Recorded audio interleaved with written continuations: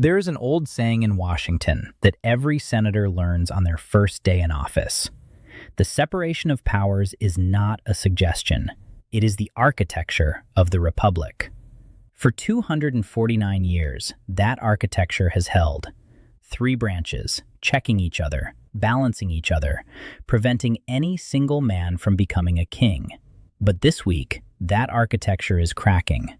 President Donald Trump has now declared 11 separate national emergencies since returning to office on January 20th. 11 states of crisis. 11 justifications for powers that bypass Congress entirely. The southern border is an emergency. Energy production is an emergency. The trade deficit is an emergency. Drug cartels are an emergency. Even the existence of the International Criminal Court has been declared an emergency, threatening American national security. To put this in perspective, Trump invoked emergency powers 8 times in his first 100 days of his second term. That is more than any modern president has used in the same period. More than Biden, more than Obama, more than Bush, combined. But here is where the story gets interesting. For the first time since Trump returned to power, members of his own party are saying no. Last Thursday, 5 Republican senators broke ranks. They voted with every Democrat to advance a war powers resolution that would strip Trump of his authority to conduct further military operations in Venezuela without congressional approval. The vote was 52 to 47. It was not supposed to happen. Republican leadership lobbied hard against it. The White House made calls. Trump himself took to Truth Social and declared that those who voted against him were betraying the nation. He named them individually: Rand Paul of Kentucky, Lisa Murkowski of Alaska, Susan Collins of Maine, Josh Hawley of Missouri, Todd Young of Indiana. Republicans should be ashamed of the senators that just voted with Democrats in attempting to take away our powers to fight and defend the United States of America, Trump wrote. He said these 5 senators should never be elected to office again. The President of the United States just declared war on members of his own party for doing their constitutional duty. This is not normal. This is not politics as usual. This is a constitutional crisis unfolding in real time. And if you want to understand why it is happening now, why the system that has held for nearly 2.5 centuries is suddenly fracturing, you need to understand something most people do not realize. Emergency powers are not about emergencies. They are about control. Today we are going to expose the legal architecture that Trump is weaponizing. We are going to show you the 150 powers that become available to any president the moment they sign their name on an executive order declaring a national emergency. We are going to reveal why even constitutional conservatives like Mike Lee and Rand Paul are terrified of what is happening. And we are going to explain why this battle over Venezuela might be the last chance Congress has to reassert its authority before it disappears entirely. Welcome to the breaking point. To understand what is actually happening, you have to go back to 1976. That year, in the aftermath of Watergate and Vietnam, Congress passed something called the National Emergencies Act. The law was designed to rein in presidential power. Richard Nixon had just been forced from office for abusing his authority. He had secretly expanded the Vietnam War into Cambodia without congressional approval. He had used emergency powers to surveil American citizens. He had turned the executive branch into an imperial presidency. Congress said, never again. The National Emergencies Act was supposed to create checks. It required the president to specify which emergency powers they were invoking. It required regular reports to Congress. And critically, it included something called a legislative veto. Congress could terminate any emergency declaration at any time with a simple concurrent resolution. No presidential signature required. It was a good idea. But in 1983, the Supreme Court ruled that legislative vetoes were unconstitutional. Overnight, the entire checking mechanism disappeared. Now, to end a presidential emergency declaration, Congress needs to pass a bill through both houses and either get the president to sign it which will never happen, or override a presidential veto, which requires a 2/3 supermajority. In other words, emergency powers became effectively permanent the moment they are declared. Here is where it gets truly frightening. The Brennan Center for Justice, a nonpartisan legal research organization, has compiled the complete list of powers that unlock when a president declares a national emergency. There are 150 of them. Let me read you some of the highlights. The president can seize control of all domestic communications infrastructure, radio, television, internet. Under a law dating back to World War II, the president can take over or shut down any wire or radio communication facility if they declare a threat of war. The law was written when wire communication meant telegrams. Today, it could arguably apply to shutting down entire internet service providers. The president can freeze the bank accounts of any American citizen without a warrant or due process.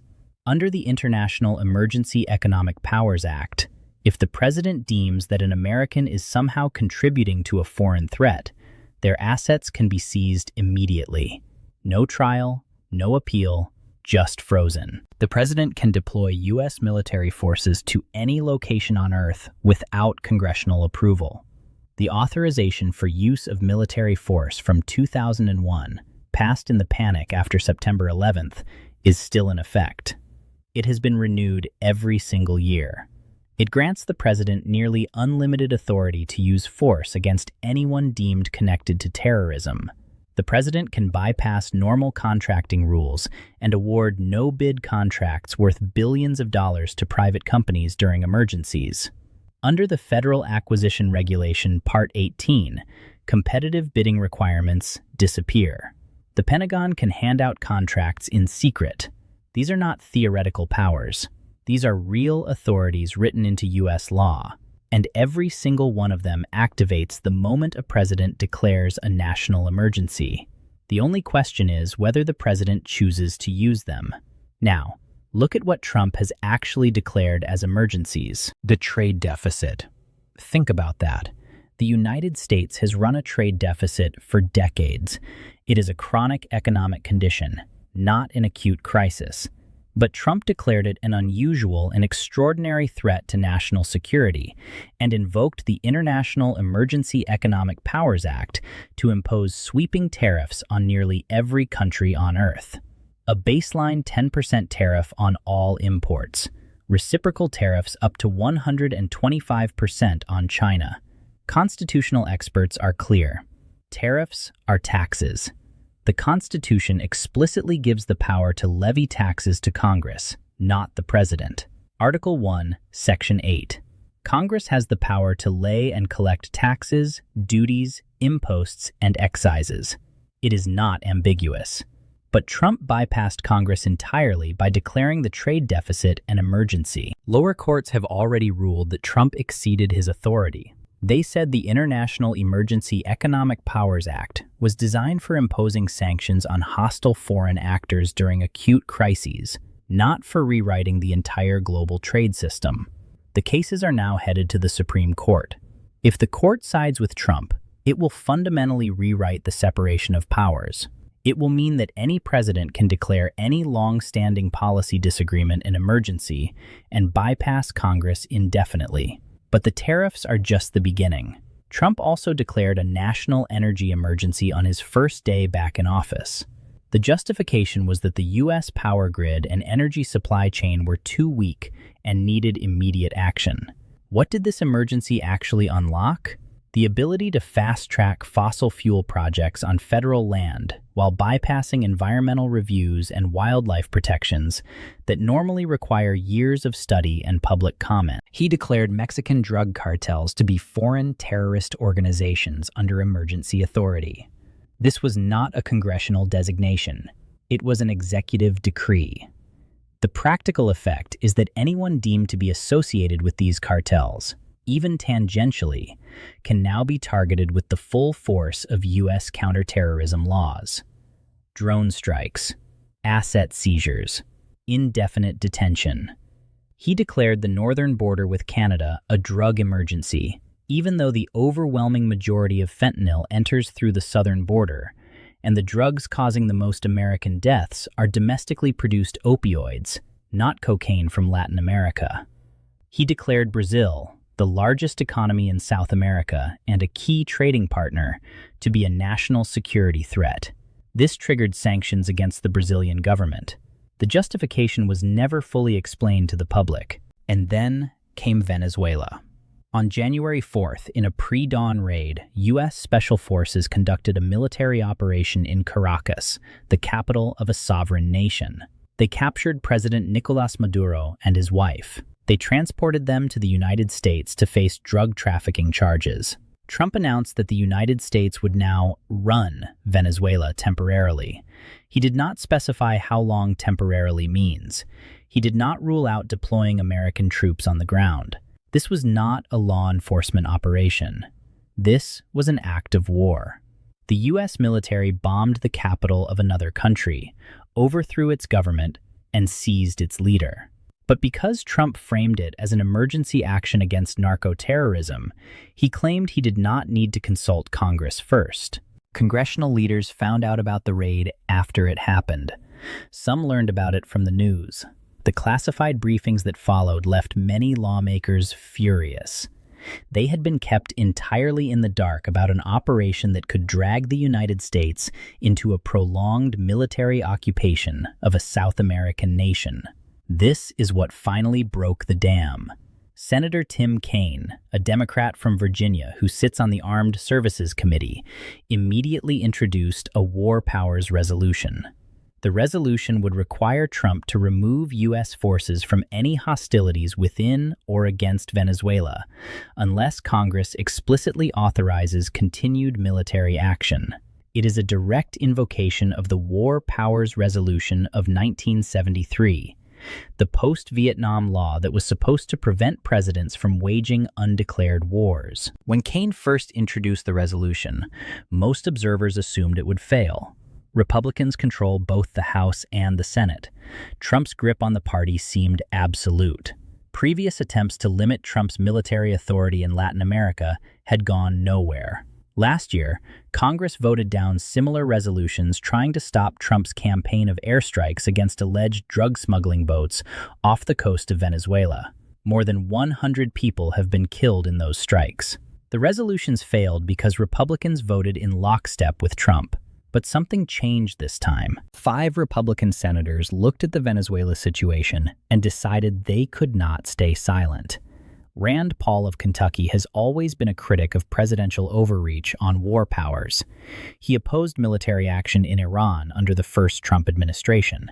He opposed U.S. involvement in Syria. He has been consistent. Paul said this week that his vote was not about whether Maduro is a bad person. It is about whether Congress has the constitutional authority to declare war. The debate really isn't about good or evil, bad or good, Paul told reporters. This is a constitutional debate. Lisa Murkowski of Alaska and Susan Collins of Maine are both moderate Republicans who frequently vote against their party on civil liberties issues. Both are electorally vulnerable. Collins is up for re-election in November, and Democrats see her seat as a top target. She needs to appeal to independent voters who are uncomfortable with unchecked executive power. But the 2 most surprising votes came from Josh Hawley of Missouri and Todd Young of Indiana. These are not moderates. Hawley is one of the most conservative members of the Senate. He is a populist who rarely breaks with Trump. But even Hawley looked at Venezuela and saw a line being crossed. Todd Young released a statement explaining his vote. Today's Senate vote is about potential future military action, not completed successful operations, he said. The president and members of his team have stated that the United States now runs Venezuela. It is unclear if that means that an American military presence will be required to stabilize the country. I, along with what I believe to be the vast majority of Hoosiers, am not prepared to commit American troops to that mission. This is the critical point. Young is not saying the raid itself was illegal. He is saying that Trump's rhetoric about running Venezuela, about potentially deploying boots on the ground, about conducting a second wave of attacks, goes too far. He is drawing a line. If you want to occupy a foreign country, you need to come to Congress first. The vote on Thursday was procedural. It was a motion to advance the resolution to the Senate floor for full debate. It passed 52 to 47, 5 Republicans plus all 47 Democrats. The full vote on the resolution itself is expected next week. If it passes the Senate, it will move to the House, where Democrats have already introduced a companion resolution. Will it become law? Almost certainly not. Even if it passes both chambers, Trump would veto it, and there is no chance of getting the 2/3 majority needed to override that veto. The House is controlled by Republicans who have shown little appetite for standing up to Trump on anything. But that is not the point. The point is that cracks are forming. The Republican Party is not as unified as it appears. There are senators, even deeply conservative senators, who are beginning to realize that the emergency powers doctrine has spiraled completely out of control. They are realizing that the precedents being set right now will outlast Trump. They will be inherited by the next president and the next and the next. If Trump can declare the trade deficit an emergency to bypass Congress on tariffs, then any future president can declare climate change an emergency to bypass Congress on environmental regulations. If Trump can declare narco-terrorism an emergency to invade Venezuela, then any future president can declare any foreign threat an emergency to deploy troops anywhere on Earth. This is why Mike Lee, the Republican senator from Utah, has been pushing something called the Article 1 Act for years. The bill is simple. It would require any national emergency declared by a president to expire automatically after 30 days, unless Congress votes to approve it. If Congress approves, the emergency can last for 1 year. After that, Congress must reauthorize it again. The bill has attracted extraordinary bipartisan support. It is co-sponsored by Democrats like Richard Blumenthal and Chris Murphy. It has been endorsed by groups ranging from the American Civil Liberties Union to the National Taxpayers Union. Progressive organizations and libertarian think tanks agree. Emergency powers need reform. In 2019, the Republican-controlled Senate Homeland Security Committee voted to advance an earlier version of the bill on a vote of 11-2. In 2021, the Democratic-controlled House passed elements of emergency power reform as part of the Protecting Our Democracy Act. But the bill has never become law. Why? Because no president wants to give up power. Trump opposed it, Biden opposed it, Obama would have opposed it. Emergency powers are too useful. They allow a president to act without the messy business of negotiating with Congress, without compromising, without building coalitions. Just sign your name and unlock 150 new authorities. This is the fundamental problem. The National Emergencies Act was supposed to create temporary flexibility for presidents to respond to acute crises, natural disasters, sudden attacks, events that move too fast for Congress to deliberate, but it has become a permanent expansion of executive power. There are currently 48 national emergencies in effect in the United States. 48 ongoing crises that grant the president enhanced powers. One of those emergencies was declared by Bill Clinton in 1995 to sanction Colombian drug traffickers. It is still in effect 30 years later. Another was declared by George W. Bush in 2001 in response to the September 11th attacks. It is still in effect 24 years later. The longest-running emergency dates back to 1979, declared by Jimmy Carter during the Iran hostage crisis, 46 years ago. That emergency has been renewed by every president since, Republican and Democrat, year after year after year. These are not emergencies.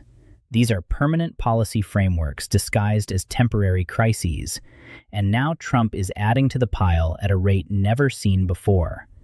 11 emergencies in less than a year, each one granting him new authorities, each one bypassing Congress, each one setting precedents that will be impossible to roll back. But here is what should truly terrify you.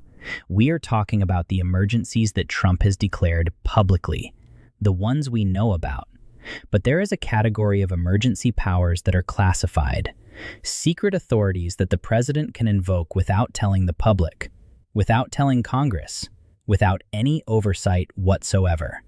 Presidential decision directives, classified annexes to the National Emergencies Act, continuity of government protocols. These are legal frameworks that grant the president extraordinary powers in the event of catastrophic scenarios: nuclear war, biological attack, collapse of the constitutional order. The exact powers contained in these classified directives are unknown. They are not subject to Freedom of Information Act requests. They are not reviewed by courts. They exist in a legal black box. What we do know is that these directives have been expanded dramatically since September 11th. The war on terror created a whole new category of emergency authorities designed to respond to threats that are diffuse, ongoing, and impossible to define. Terrorism is not a country. It is not a specific event. It is a tactic, a permanent condition, and the emergency powers designed to combat it are now permanent as well. Elizabeth Goitein, the director of the Liberty and National Security Program at the Brennan Center, has spent years studying emergency powers. She has testified before Congress multiple times. She has briefed senators from both parties, and she is sounding the alarm. Emergency powers are designed to let a president respond swiftly to sudden, unforeseen crises that Congress cannot act quickly or flexibly enough to address, she said in a recent interview. Emergency powers are not meant to solve long-standing problems, no matter how serious those problems may be. Nor are they intended to give a president the ability to bypass Congress and act as an all-powerful policymaker. But that is exactly what they have become, and Trump is pushing the boundaries further than any president before him. The tariffs are the clearest example. Trump declared that America's trade relationships with every country on Earth, including nations he himself admitted that nobody has ever heard of, constitute an unusual and extraordinary threat. That is the legal standard required to invoke the International Emergency Economic Powers Act, an unusual and extraordinary threat. But by definition, long-standing trade relationships cannot be unforeseen emergencies. They are the opposite of emergencies. They are slow-moving, predictable, negotiated arrangements that have existed for decades. If Trump believes tariffs would benefit the United States, he should make his case to Congress. He should propose legislation. He should build a coalition. That is how the system is supposed to work. Instead, he declared an emergency and acted unilaterally.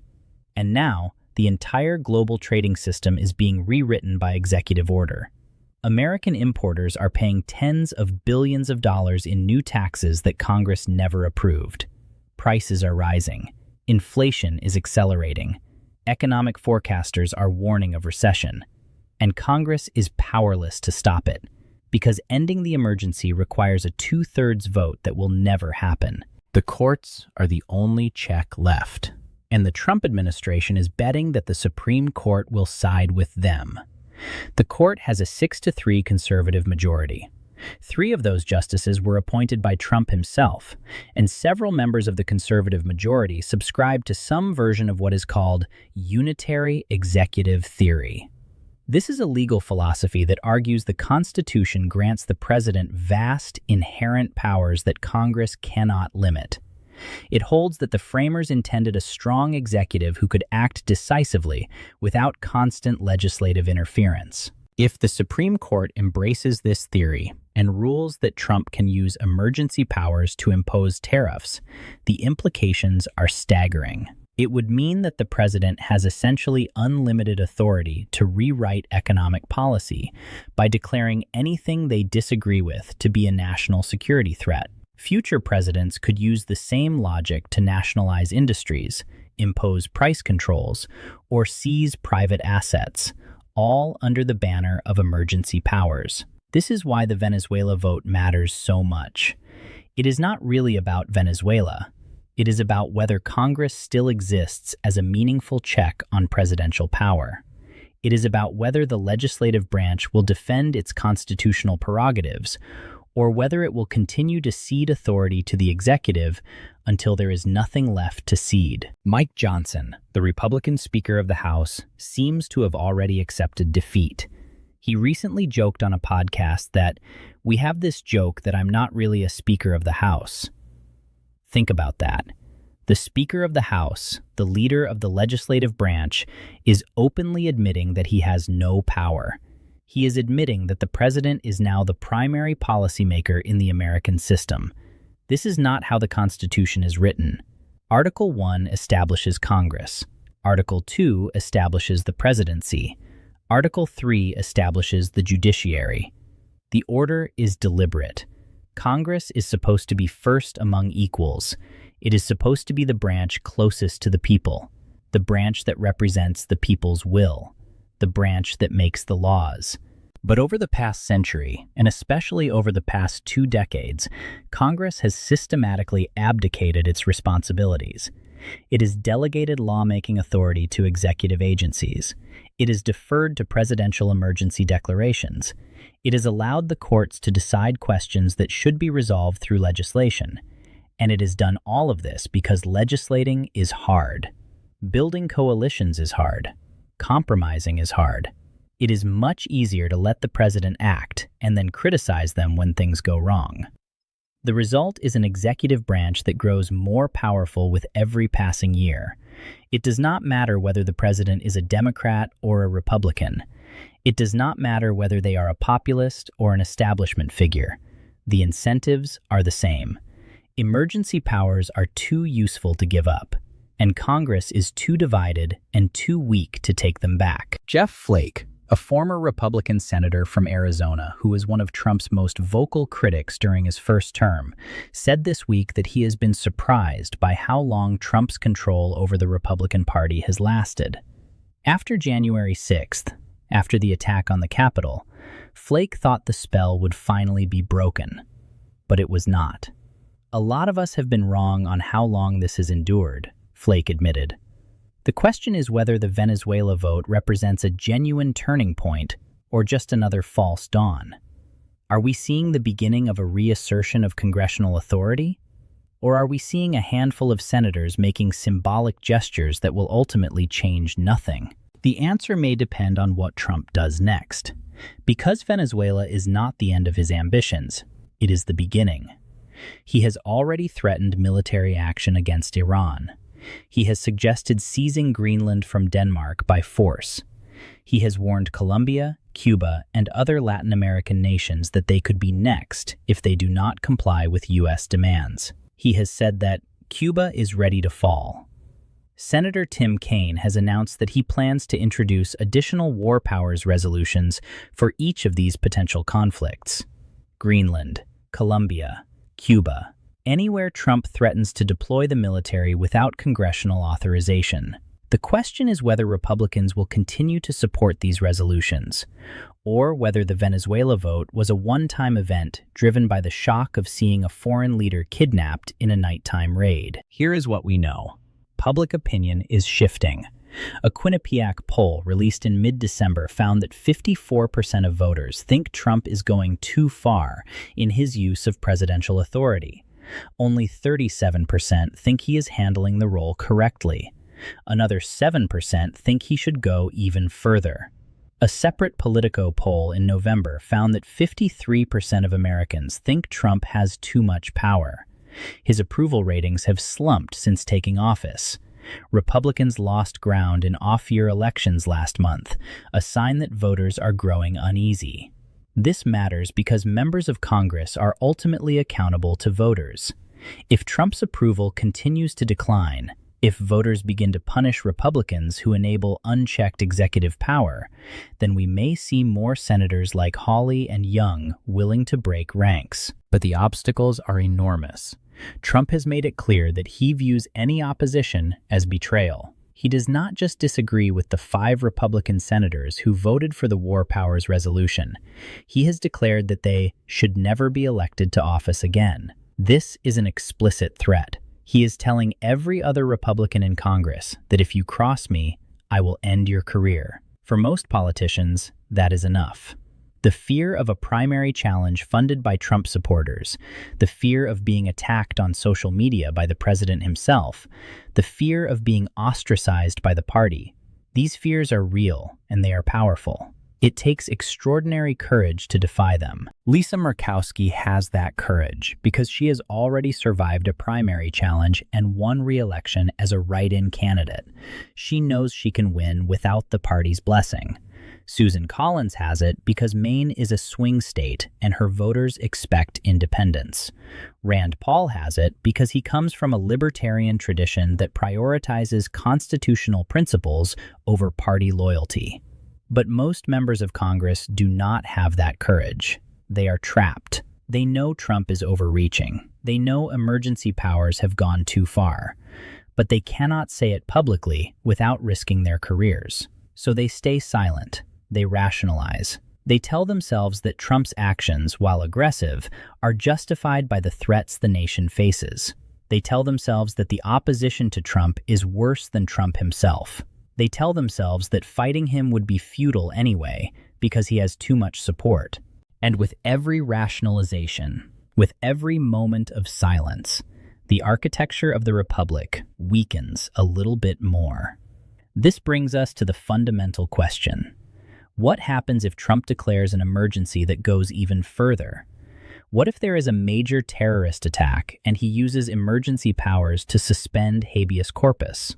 What if there is widespread protests and he invokes the Insurrection Act to deploy active duty military against American citizens on American soil? What if there is a contested election and he declares a national security emergency to delay or invalidate the results? These are not hypothetical scenarios. These are powers that exist in U.S. law right now. The Insurrection Act, passed in 1807, gives the president nearly unlimited authority to use military force domestically. It has been invoked dozens of times throughout American history, most recently during the Los Angeles riots in 1992. The law requires no congressional approval. The president can act unilaterally. The Supreme Court has never fully defined the limits of the Insurrection Act. It has never specified what qualifies as an insurrection. It has never established what procedural safeguards must be in place before the military can be deployed against civilians. The law is a blank check waiting to be cashed. And if you think Trump would never go that far, remember that he has already gone further than any previous president in his use of emergency powers. He has already declared things emergencies that no reasonable person would classify as emergencies. He has already used military force to overthrow a foreign government without congressional approval. Why would domestic deployment be a bridge too far? The time to establish limits is now, before the crisis, before the pressure, before the moment when it becomes too late. The Venezuela vote was a small step, a symbolic gesture. But symbols matter. They signal that the consensus is not absolute. They show that there are lines, even for Republicans, that cannot be crossed. The question is whether that signal will be heard, whether it will grow louder, whether more members of Congress will find the courage to defend the institution they were elected to serve, or whether we will continue down the path we are on. A path where the president governs by decree, where Congress becomes a vestigial organ with no real function, where the separation of powers collapses into a unitary executive that answers to no one. The framers of the Constitution knew this danger. They had just fought a war to escape the tyranny of a king. They designed a system specifically to prevent any one person from accumulating too much power. They gave Congress the power to declare war. They gave Congress the power to levy taxes. They gave Congress the power to make the laws. And they trusted that Congress would defend those powers against encroachment. But what if Congress does not defend them? What if Congress voluntarily surrenders them because defending them is too hard, too risky, too unpopular with the base? Then the republic fails, not with a bang, but with a whimper. Not through violent revolution, but through quiet erosion, one emergency declaration at a time, one bypassed vote at a time, one unchallenged power grab at a time. This is the inflection point. This is the moment when history will judge whether the American experiment in self-governance was resilient enough to withstand the pressure of a president who does not believe in limits, whether the architecture of checks and balances was strong enough to survive, whether the people's representatives had the courage to represent. The vote on Venezuela is scheduled for next week. 5 Republicans said yes, 42 said no. The margin was razor thin. It would only take a few more senators to change their minds for the balance to shift, for the Senate to actually pass a resolution with enough support to put real pressure on Trump. Watch what happens. Watch whether those 5 Republicans hold firm when the full vote arrives. Watch whether any others join them. Watch whether the House, which has been even more deferential to Trump than the Senate, shows any willingness to stand up. And most importantly, watch what Trump does in response. If he backs down, if he moderates his rhetoric about running Venezuela, if he signals that he will work with Congress going forward, then maybe this crisis can be diffused. Maybe the constitutional order can be preserved. But if he doubles down, if he declares even more emergencies, if he uses even more aggressive language about his unilateral authority, then we will know that the breaking point has arrived, that the architecture is no longer just cracking, it is collapsing. The truth is, this story is bigger than Trump. It is bigger than Venezuela. It is bigger than emergency powers. This story is about whether the American system of government, the oldest continuous democracy on Earth, can survive the 21st century, can survive an age of polarization and dysfunction, can survive leaders who view the Constitution not as a binding framework, but as an obstacle to be overcome. The framers gave us the tools: separation of powers, checks and balances, a Congress with the authority to restrain an overreaching executive. But tools are useless if no one picks them up, if no one has the will to use them. Right now, a small group of senators is picking up those tools. They are saying that enough is enough, that there are limits, that the president cannot simply declare emergencies whenever Congress disagrees with him, that war powers still mean something, that Article 1 still matters. The question is whether they are the vanguard of a broader movement, or whether they are the last voices crying out in the wilderness as the republic slides into something else, something the framers would not recognize, something that looks more like the system they fought to escape than the system they fought to create. The next few weeks will tell us which path we are on.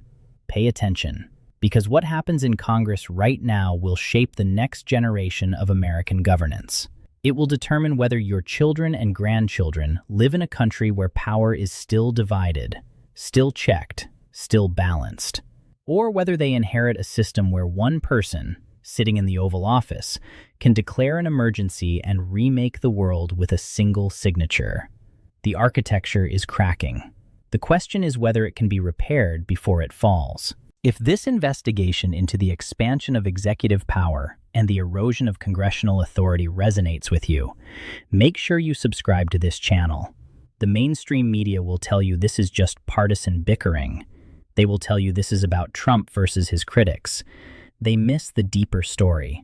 This is about the structure of power itself, about whether the American system of government can survive when one branch refuses to defend itself. We will be watching every vote, every declaration, every test of the constitutional order, because the emergency is not the trade deficit. The emergency is not Venezuela. The emergency is the slow death of the separation of powers, and that is